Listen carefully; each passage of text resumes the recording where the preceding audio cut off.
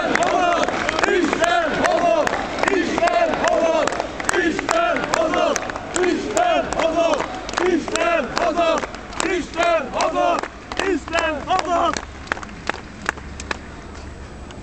Adjon az Isten! Szent jövő! Attila unokái, köszöntelek benneteket! A nemzeti ünnepeinken szinte mindig ugyanarra emlékezünk. A történelmünkön végigfutó, véráztatta vonalra, amely minden egyes évszázadunkat végigkísérte, amelyért százezrek adták az életüket, amelyért milliók imádkoztak, akkor és most, ez pedig a magyar szabadság. Kelet és nyugat között, itt a Kárpát-medencében nekünk a szabadságért mindig küzdeni kellett. És nem igaz az, hogy csak kelet felől. A szabadságunkat kelet felől és nyugat felől is folyamatosan meg kellett védenünk.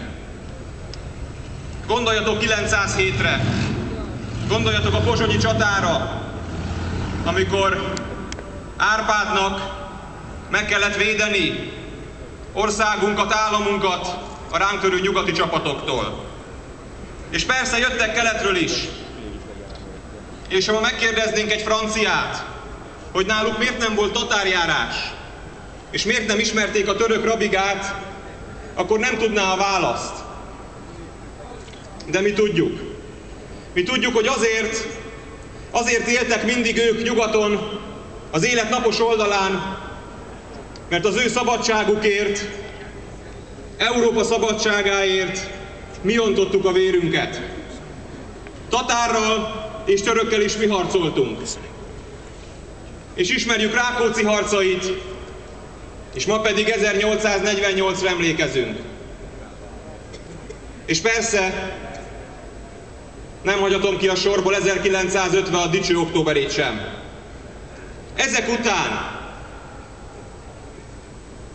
ki mondhatja nekünk azt, hogy mi nem tudjuk, mit jelent a szabadság?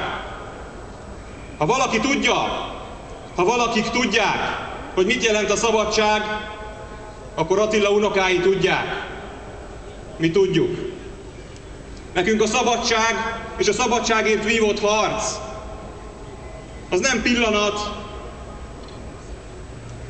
Nekünk a szabadságért vívott harc az életforma. Ebbe születünk bele. Ebbe születtünk bele. De mára ebben a modern világban, ebben a globalizált világban sajnos minden